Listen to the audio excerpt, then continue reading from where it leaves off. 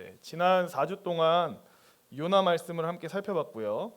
이제 노아 목사님이랑 수요 예배 때 어느 본문으로 설교할지를 고민하다가 느헤미야로 정했습니다. 그래서 주보에는 그렇게 써 있죠. 오늘 느헤미야 강해 1번이라고요. 근데 뭔가 이제 들었던 생각은 성경 강해 끝내자마자 또 성경 강해 시작하면 뭔가 빡빡한 느낌이 들거나 피로감을 조금은 느끼실 것 같아가지고 잠깐 뭐라 해야 될까요? 바람 쐬는 느낌으로 주제 설교를 좀 하려고 합니다. 아마 이번 주랑 또 다음에 제 설교 차례 오면 한 번 더 할 것 같은데 저는 무슨 주제로 설교를 하려고 생각하냐면 이제 하나님의 뜻에 대한 주제로 주제 설교를 좀 하려고 합니다. 요나 말씀을 보다 보니까 하나님의 뜻에 대해서 또 그 뜻을 분별하는 것에 대해서 한 번쯤 말씀을 나누면 좋겠다는 생각이 들어가지고 그렇게 저는 한 2번 정도 할 것 같습니다. 저와 성도님들의 삶에는요 아주 많은 선택과 결정의 순간이 있어 왔고 또 앞으로도 그럴 겁니다. 특히나 우리가 살고 있는 현대 사회는 더더욱 선택과 결정의 순간들이 많이 있죠. 예컨대 오랜 옛날에는 지금처럼 선택과 결정의 기회가 많지 않았습니다. 내가 어느 집안에서 태어났느냐가 그냥 나의 일생을 결정했거든요. 내가 농부 집안에서 태어나면 난 뭘로 살아야 됩니까? 옛날에는 그냥 농사 지으면서 농부로 살면 됩니다. 뭐 직업의 선택 자유 옛날에 이런 거 없었습니다. 상인의 집안에서 태어나면 상인으로 사는 거고요. 양반 집안에서 태어나면 양반으로 사는 겁니다. 결혼은 어땠죠? 지금처럼 자유연애 결혼이 옛날에는 있었을까요? 내가 원하는 이성을 선택해서 결정하고 결혼하는 이런 거 없었죠. 부모님이 정해놓은 상대와 그냥 결혼하는 거였습니다. 결혼식 당일까지도 배우자 얼굴 모르고 그냥 결혼했던 게 옛날 일이었죠. 하지만 오늘날은 아닙니다. 결정하고 선택할 일이 참 많이 있습니다. 뭐 짜잘짜잘하게 다 나눠보면 뭐 이런 식인 거죠. 고등학교는 어디로 가야 될까? 대학 진학을 위한 공부는 어느 학원에서 해야 될까? 대학교는 어디로 가야 될까? 전공은 뭘로 정해야 될까? 대학원까지 가서 학위를 더 따야 할까 말아야 할까? 어떤 직업을 선택해야 될까? 어떤 회사에 취직해야 될까? 결혼을 해야 될까? 한다면 누구랑 해야 될까? 결혼을 했다면 자녀는 몇 명을 낳아야 될까? 현재 다니는 직장은 계속 다녀야 될까? 돈은 얼마나 어떻게 모아야 될까? 지금 집을 사야 될까? 어디에 있는 집을 사야 될까? 은퇴는 언제 해야 될까? 은퇴 후에는 어떻게 살아야 될까? 자녀들에게 재산은 언제 물려줘야 될까? 그러니까 우리가 살면서 선택하고 결정해야 할 일들이 굉장히 많이 있습니다. 그러다 보니까 기독교인들이라면 이런 생각을 할 법하죠. 이 모든 선택과 결정 가운데 하나님의 뜻은 뭘까? 이런 생각을 할 수가 있습니다. 근데 오늘은 이 선택과 결정을 어떻게 해야 되느냐 이 얘기는 안 할 거고요. 그냥 하나님의 뜻에 대한 그 용어에 대한 개관만 좀 하려고 합니다. 성도님들도 아시다시피 이 하나님의 뜻이라고 하는 용어는 성도들 입에서 자주 오르고 내리고 있는 용어이고요. 또 자주 쓰다 보니까 그만큼 혼란을 주기도 하는 용어입니다. 그러니까 똑같은 하나님의 뜻이라는 단어를 뱉었는데 다른 의미로 쓴다라는 거예요. 뭐 때때로 우리는 모든 것이 하나님의 뜻에 일어난다라고 말합니다.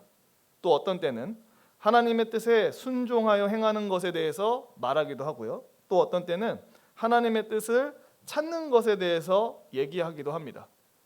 그러니까 우리가 알게 되는 건 뭐냐면 우리가 하나님의 뜻이라고 하는 용어를 적어도 3가지의 의미로 사용하고 있다는 거예요. 우리가 일상 속에서 하나님의 뜻이란 단어를 3가지의 의미로 쓰고 있다는 겁니다. 그 3가지 의미를 오늘 같이 좀 생각해 보려고 하는데 사실 이미 성도님들이 다 알고 계신 내용이기도 하죠. 첫 번째로 우리는 하나님의 작정하신 뜻에 대해서 말할 때 하나님의 뜻이라는 용어를 씁니다. 하나님의 작정에 대해서 말할 때 하나님의 뜻이라는 용어를 써요. 웨스트민스터 소요리문답 7문은 이 작정에 대해서 이렇게 얘기를 하는데요. 화면 보시면 제가 한번 읽어볼게요. 하나님의 작정이란 무엇입니까? 하나님의 작정은 그분의 뜻대로 계획하신 영원한 목적입니다. 그 목적을 따라서 하나님께서 일어나는 모든 일을 자기의 영광을 위하여 미리 정하셨습니다 라고 써 있습니다. 작정이 무엇인가? 하나님의 영광이라고 하는 궁극적인 목적 하에서 이 세상에 일어나는 모든 일을 하나님께서 미리 정하신 걸 가리킵니다. 하나님의 영광이라고 하는 궁극적인 목적 아래에서 이 세상에 일어나는 모든 일을 하나님이 미리 정하신 것, 이것을 2글자로 작정이라고 얘기를 합니다. 에베소서 1장 11절에서 바울이 이렇게 얘기를 하는데요. 제가 읽겠습니다. 모든 일을 그의 뜻의 결정대로 일하시는 이의 계획을 따라 우리가 예정을 입어 그 안에서 기업이 되었으니. 그러니까 우리가 알아야 되는 건 뭐냐면요. 이 세상에서 일어나는 모든 일은 하나님의 미리 정하신 계획, 하나님의 작정을 따라서 일어납니다. 교부 아우구스티누스가 이렇게 말했습니다. 하나님의 뜻은 모든 것에 필연적이다, 이런 말을 했거든요. 이 말은 좀 다르게 표현하면 하나님이 뜻하신 일은 반드시 일어날 거고요, 일어난 모든 일은 하나님의 뜻에 의한 것이다 라는 의미입니다. 하나님은 자연과 국과 또 동물과 천사, 영과 사탄, 선인과 악인, 질병과 죽음 등등 모든 것을 주권적으로 다스리고 계시고, 하나님의 손을 벗어나서 일어나는 일이 없고요, 하나님이 무언가를 작정하셨다면 그것은 결코 좌절되거나 실패하는 경우도 없습니다. 하나님이 미리 정하신 계획, 하나님의 작정에는 대표적으로 뭐가 있냐면 예수 그리스도의 죽음과 우리의 구원이 그 안에 포함되어 있습니다. 사도행전 4장 27절에서 28절 말씀 같이 한번 읽어보도록 하겠습니다. 과연 헤롯과 본디오 빌라도는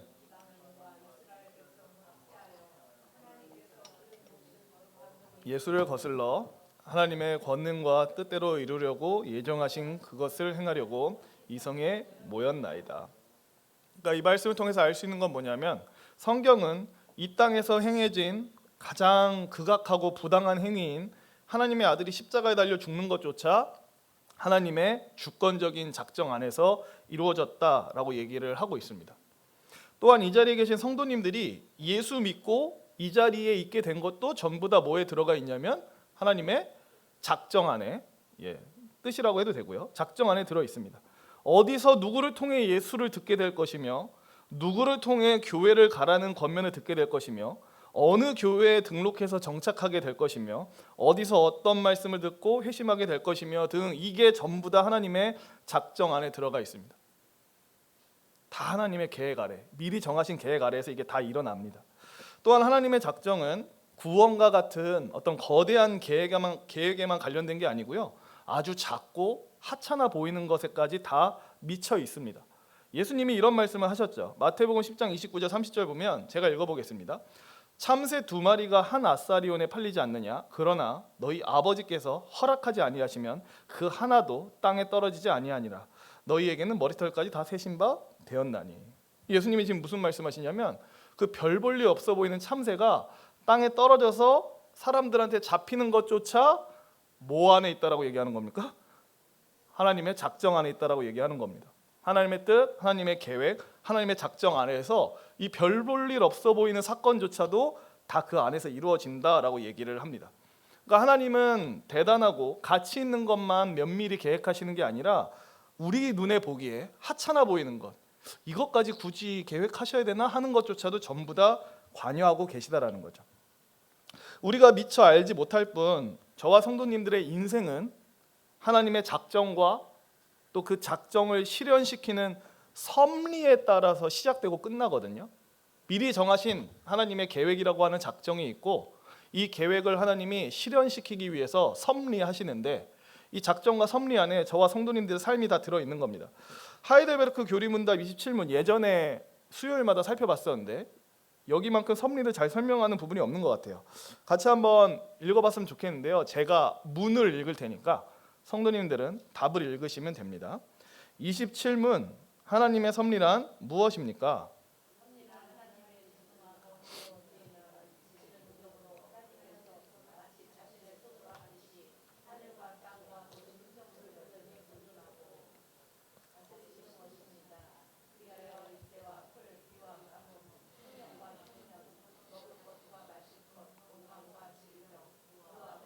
참으로 이 모든 것이 우연이 아니라 아버지와 같은 그의 손길로 우리에게 임합니다. 네, 우리가 살면서 경험하는 모든 것, 비와 가뭄, 풍년과 흉년, 건강과 질병, 부와 가난 등 이 모든 게 하나님의 섭리 안에, 그리고 하나님의 작정 안에 있습니다. 하나님은 모든 걸 알고 계시고요, 모든 것을 계획하셨으며 이제 모든 것을 주권적으로 다스리시죠. 이 하나님이 미리 정하신 계획은 뭐 그때 상황에 맞춰서 수립되고 진행되는 게 아니라 언제부터 이 작정이 존재했을까요? 이 세상을 만드시기 전부터 존재했습니다. 이미 이 세상을 만드시기 전부터 이 세상이 끝날 때까지 어떤 일이 일어날지를 다 계획해 놓으셨어요. 그래서 이 절대적인 뜻은 그 누구도 뒤집을 수가 없습니다. 모든 것은 필연이죠. 그래서 기독교인들은 두 가지 말을 사실 잘 안 씁니다. 어떤 말을 안 쓰냐면 우연 이런 말 안 씁니다. 기독교인은 오늘 우연히 누굴 만났어. 우연히 만나지 않습니다. 필연적으로 만난 겁니다. 그리고 기독교인은 사실 이런 말도 잘 안 쓰긴 해요. 운이 좋았다라는 말을 잘 안 쓰긴 합니다. 왜 운이 좋았다라는 말을 안 쓰죠? 운이 좋았다라는 말 자체에 어떤 의미가 들어있어요? 필연이다라는 의미가 들어있나요? 약간 우연적으로 뭐가 아다리가 잘 맞아서 잘 풀렸다 이런 의미로 쓰잖아요. 그래서 사실 기독교인은 우연이란 말도 잘 안 쓰고 운이 좋았다라는 말도 안 씁니다. 전부 다 필연이고 모든 것이 하나님의 계획, 작정 안에서 진행되니까요. 이처럼 우리는 이 하나님의 뜻이라는 용어를 하나님의 작정, 그분이 미리 정하신 계획을 언급할 때 씁니다. 대표적으로 모든 것은 하나님의 뜻에 따라 일어나는 거지라고 할 때 이 하나님의 뜻이란 단어가 지금 작정을 의미하고 있죠, 그죠? 이게 우리가 하나님의 뜻이라는 용어를 쓰는 첫 번째 예시입니다. 두 번째로 우리가 언제 또 이 하나님의 뜻이라는 용어를 쓰느냐?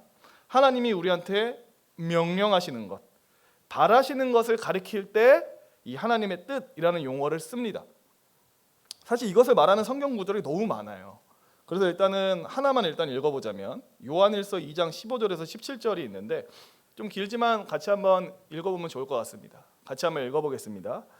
이 세상이나 세상에 있는 것들을 사랑하지 말라. 누구든지 세상을 사랑하면 아버지의 사랑이 그 안에 있지 아니하니 이는 세상에 있는 모든 것이 육신의 정욕과 안목의 정욕과 이생의 자랑이니 다 아버지께로부터 온 것이 아니요 세상으로부터 온 것이라. 이 세상도 그 정욕도 지나가되 오직 하나님의 뜻을 행하는 자는 영원히 거하느니라. 지금 이 말씀이 첫 번째 의미의 그 하나님의 뜻으로 쓰인 건가요? 이거 지금 작정을 얘기하고 있는 게 아니죠. 뭘 얘기하고 있죠? 우리가 어떻게 살아야 하는지에 대해서 얘기하잖아요. 근데 우리는 이걸 얘기할 때도 어떤 용어를 써요? 하나님의 뜻이라는 용어를 쓰잖아요. 그죠? 하나님이 우리한테 어떻게 살길 원하시는가를 우리가 성경에서 보는데 또 어떤 삶의 방식을 명령하시는지 우리가 이제 성경을 통해서 보게 됩니다. 육신의 정욕과 안목의 정욕과 이생의 자랑에 대해서 아니요 라고 말해라. 그건 하나님의 뜻이 아니다. 그건 하나님이 원하시는 것과 정반대의 삶, 하나님의 뜻과 대치되는 삶이다 라고 성경이 얘기하고 있습니다. 또 마태복음 7장 21절을 보면 제가 먼저 읽어보겠습니다. 나더러 주여 주여 하는 자마다 다 천국에 들어갈 것이 아니요 다만 하늘에 계신 내 아버지의 뜻대로 행하는 자라야 들어가리라. 예수님이 무슨 말씀을 하시냐면 하나님의 명령에 순종하는 사람, 하나님의 뜻에 순종하는 사람만이 천국에 들어갈 거다라고 얘기를 합니다. 그러니까 이를 통해서 우리가 알게 되죠. 하나님이 우리를 향해서 뜻을 갖고 계신데 어떤 뜻을 갖고 계시냐? 하나님의 명령에 순종하는 삶이라고 하는 뜻을 갖고 계신다. 우리에게 정해주신 삶의 방식을 따를 것을 원하신다라는 것을 알게 됩니다. 사실 이 두 번째 의미의 하나님의 뜻은 그냥 성경 도처에서 많이 발견할 수 있고 그거를 우리가 딱 요약의 형태로 볼 수 있는 부분이 있죠. 뭐죠? 하나님이 우리한테 원하시는 그 뜻, 삶의 모습을 딱 요약해 놓은 거. 예수 그리스도? 그 10개로 되어 있는 거 있잖아요. 10계명. 딱 그냥 다 아시는 겁니다. 10계명에 특히 잘 나타나 있죠. 우리한테 요구하시는 삶의 방식, 이 하나님의 뜻이 너는 나 외에 다른 신을 너의 앞에 두지 마라. 너를 위해 우상을 만들지 마라. 하나님의 이름을 망령 때에 일컫지 마라. 안식일을 기억하여 거룩하게 지켜라 등등 전부 다 우리가 어떻게 살아야 될지를 가르쳐주는 명령들입니다. 그래서 이제 대표적인 예시가 이런 거예요. 이 두 번째 의미로 하나님의 뜻을 사용할 때는 이런 식으로 말을 하는 겁니다. 하나님의 뜻은 다른 신을 섬기지 않는 거야. 하나님의 뜻은 탐욕을 부리지 않는 거야 라고 말할 때 지금 이 하나님의 뜻을 몇 번째 의미로 쓰고 있냐면 두 번째 의미로 쓰고 있는 거죠. 그죠? 우리한테 명령하시는 삶의 방식을 얘기할 때 지금 이렇게 쓰고 있으니까요. 이 앞서 살펴본 첫 번째 의미의 하나님의 뜻과요 두 번째 의미의 하나님의 뜻을 동시에 언급하는 거의 유일한 구절이 있습니다. 그게 오늘 본문이에요. 같이 한번 화면 보시고 신명기 29장 29절 같이 읽어보겠습니다. 시작. 감추어진 일은 우리 하나님 여호와께 속하였거니와 나타난 일은 영원히 우리와 우리 자손에게 속하였나니 이는 우리에게 이 율법의 모든 말씀을 행하게 하심이니라. 여기 읽어보시면 하나님의 그 두 가지 뜻이 나옵니다. 하나는 뭐죠? 감추어진 일. 또 하나는 나타난 일입니다. 여기서 감추어진 일은 뭘 가리키냐? 하나님 자신에게만 알려진 비밀스러운 것을 말해요. 하나님한테만 알려진 비밀스러운 거. 두 글자로 뭐예요? 작정. 우리는 하나님이 가지고 계신 거대한 계획, 또 그것을 실현하는 섭리에 대해서 속속들이 알고 있나요? 아니요, 우리는 그거 모릅니다. 안다 하더라도 어렴풋이 발견하는데 그걸 언제 발견하냐면 그 당시는 잘 모르다가 시간을 딱 지나고 나서 뒤돌아보니까 이게 하나님의 계획이었구나. 여기서 이렇게 되고 저렇게 되는 게 하나님의 뜻이었구나라고 우리는 뒤늦게 알게 되지 그 당시에는 사실 잘 모르거든요. 우리는 되게 일부분만 깨달으면서 삽니다. 이 하나님의 작정에 대해서, 감추어진 일에 대해서 속속들이 모르고 아주 조금 일부분만 알면서 살아요. 그래도 우리가 또 크게 알 수 있는 건 이거가 있긴 합니다. 이 감추어진 일이 하나님의 영광이라고 하는 목적을 지향하고 있고, 또 이 감추어진 일은 모든 것을 합력하여 선을 이룰 것이다 정도는 우리는 알고는 있어요. 하지만 세밀하게 아주 속속들이 다 알지는 못합니다. 왜냐하면 이 작정이라는 것은 감추어진 일이고 하나님만 알고 있는, 하나님께 속한 일이기 때문에 그렇습니다. 또 하나가 있습니다. 나타난 일이죠. 나타난 일은 뭐냐면 우리로 하여금 이러이러하게 살아라 라고 하시는 것들, 이것이 하나님이 원하시는 삶의 방식이다 라고 하는 게 나타난 일입니다. 앞서 말씀드렸지만 이것은 성경에 명명백백하게 기록되어 있기 때문에 우리가 아주 잘 알 수 있어요. 방금 읽은 신명기 말씀에서 모세가 뭐라고 얘기합니까? 나타난 일은 하나님께 속한 게 아니라 누구한테 속했다고요? 우리와 우리의 자손에게 속했다라고 얘기를 해요. 신명기가 어떤 책인지 다 아실 겁니다. 이스라엘 백성들이 본격적으로 이제 가나안 땅에 들어가서 그 땅에서 정착하기 전에 하나님의 율법을 다시 한번 이스라엘한테 가르치는 책. 좀 바꿔서 얘기하자면 하나님의 명령을 신심당부하는 책이 신명기예요. 이 신명기 할 때 신이 신심당부할 때 그 신자잖아요. 새로운 명령이라는 뜻이 아니라 신심당부한다. 이걸 제대로 기억해라 이런 의미로 쓰는 거잖아요. 그래서 모세가 얘기를 하는 겁니다. 하나님께서 우리에게 어떻게 살아야 될지 삶의 방식을 가르쳐 주셨다. 그것은 우리와 우리 자손에게 속한 일이다. 너희는 가나안 땅에 들어가서 나타난 일, 곧 하나님의 명령과 뜻을 따라 살아야 된다라고 얘기를 한 겁니다. 이렇게 해서 우리가 사용하는 이 하나님의 뜻이라고 하는 용어의 두 가지 의미를 알아봤습니다. 하나는 하나님이 미리 정하신 계획, 작정을 가리킬 때 우리는 하나님의 뜻이라는 용어를 쓰고, 또 하나는 하나님께서 우리에게 요구하시는 삶의 방식, 명령을 가리킬 때 하나님의 뜻이라는 용어를 쓴다. 마지막으로 우리가 언제 하나님의 뜻이라는 용어를 쓰느냐? 개인적인 하나님의 인도하심을 가리킬 때 하나님의 용어라는 그 말을 씁니다. 예컨대 하나님은 내가 어떤 직업을 갖길 원하실까? 하나님은 내가 누구를 만나길 원하실까? 하나님은 내가 어떤 동네에 살기를 원하실까? 등과 같이 개인적이고 구체적인 하나님의 인도를 말할 때 우리가 하나님의 뜻이라는 용어를 씁니다. 종종 어떤 성도님들은 이런 종류, 제가 말하는 지금 이 세 번째 하나님의 뜻, 개인적이고 세밀한 삶의 인도에 관한 이 하나님의 뜻을 굉장히 알고 싶어하는 사람들이 있어요. 이런 거죠. 하나님, 내 자녀가 어느 대학에 가길 원하세요? 대학 이름 좀 알려주세요. 하나님, 내 아들을 몇 년도에 군대를 보내면 될까요? 하나님, 내 아이를 누구랑 결혼시켜야 될까요? 등과 같이 만약 이거 젊은 학생들로 치환하자면 하나님, 저는 어느 대학에 지원해야 되고 어느 학과를 써야 될까요? 하나님, 제가 뭘 선택하길 원하시나요?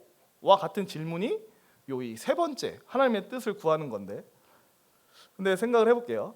근데 성경에 제가 말한 이 세 번째 하나님의 뜻 있잖아요. 지극히 개인적이고 디테일한 삶의 인도가 성경에 등장할까요? 너는 어느 대학을 지원하고 어떤 사람을 만나서 결혼하며 아이를 몇 명을 낳고 살 집은 이러이러한 동네에 구하고 이런 게 등장할까요? 성경에? 성경에 이런 거 안 나옵니다. 근데 그럼에도 불구하고 성도들 안에는 이런 것을 궁금해하는 경우가 꽤 있어요. 저 같은 경우는 모교회에서 이런 걸 좀 종종 봤거든요. 아마 설교 시간에도 제가 가끔 얘기했을 거예요. 그 제가 모교회 다닐 때 교회 안에 소위 그 영빨 좋다고 소문난 집사님과 권사님이 좀 있었어요. 그러면 성도님들이 중요한 결정을 앞두고 그 집사님이나 권사님을 찾아갑니다. 그리고 말해요. 집사님, 이번에 우리 아들 대학 지원하려고 하는데 어느 대학을 써야 될까? 하나님한테 좀 물어보고 알려줘. 권사님, 이번에 우리 딸 결혼시키려고 하는데 지금 남자친구랑 결혼시켜야 되는 거 맞아? 하나님께 좀 물어보고 알려줘봐. 이런 경우가 솔직히 있었어요. 근데 이 모습이 뭐랑 비슷한 느낌이죠? 그쵸, 점집이랑 비슷하죠. 점집 가서 무당한테 물어보잖아요. 올해 우리 아이들 어느 대학 보내야 됩니까? 지금 남자친구 여자친구 있는데 얘랑 결혼시키는 게 맞나요? 그럼 갑자기 딸랑딸랑 아니다 막 이런 시켜라 막 이런 거 나오잖아요.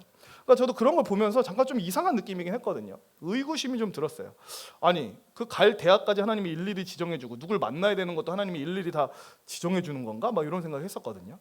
근데 물론 하나님이 우리 개개인한테요 특별한 관심을 갖고 계신 것도 맞고요. 우리 개개인을 향한 특별한 계획을 갖고 계신 것도 맞아요. 그리고 예수님 안에서 우리의 모든 것이 합력하여 선을 이루게 될 것도 맞아요. 근데 하나님이 방금 말한 것처럼 우리 삶에 그 개개인의 삶에 그 결정과 선택을 아주 디테일하게 세밀하게 지시해 주지 않는 것도 맞습니다.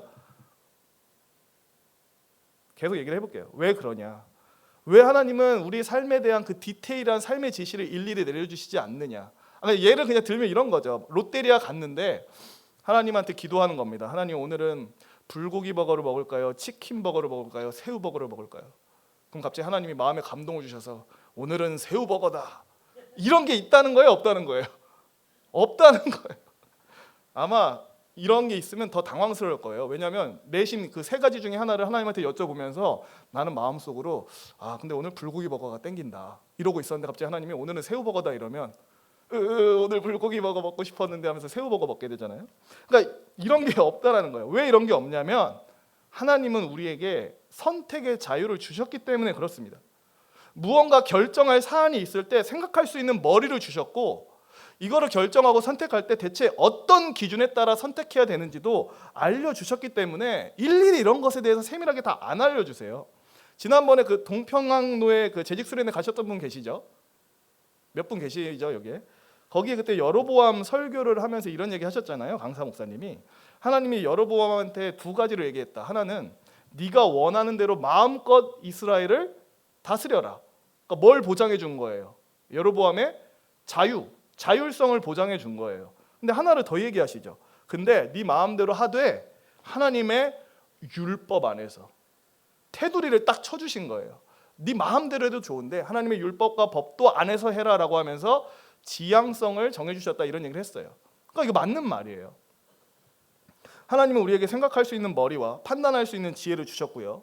어떤 규칙 아래에서 어떤 기준 아래에서 선택하고 판단해야 될지 성경을 통해 가르쳐 주셨습니다.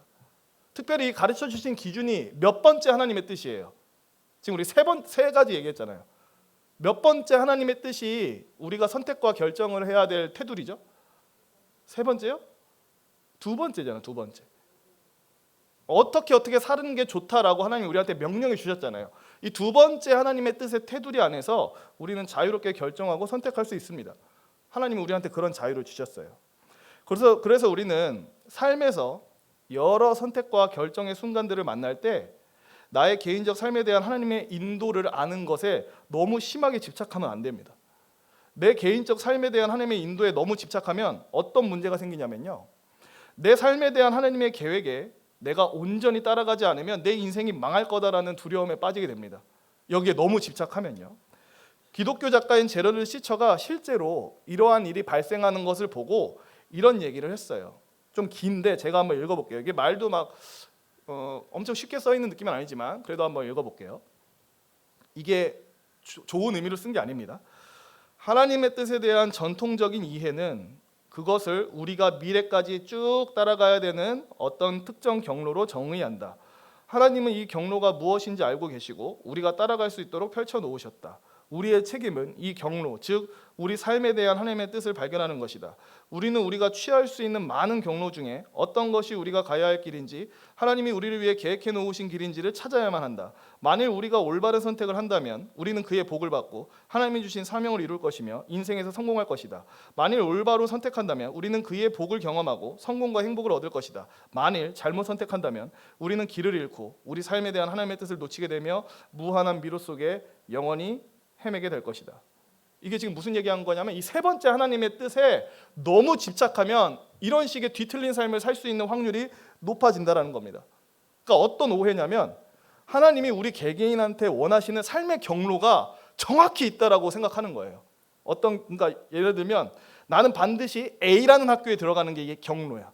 반드시 A라는 학교에 들어가야 되고 반드시 김 씨라고 하는 사람을 만나야 되고 반드시 이런 직업을 가져야 되고 반드시 이때쯤 결혼해야 되고 뭔가 이렇게 하나님이 내 삶에 정확히 정해놓은 내 개인의 삶의 경로가 있다라고 딱 생각을 해버리면 무슨 문제가 생기냐면 내가 만약에 이 경로를 한치라도 벗어나면 내 삶이 망하겠구나.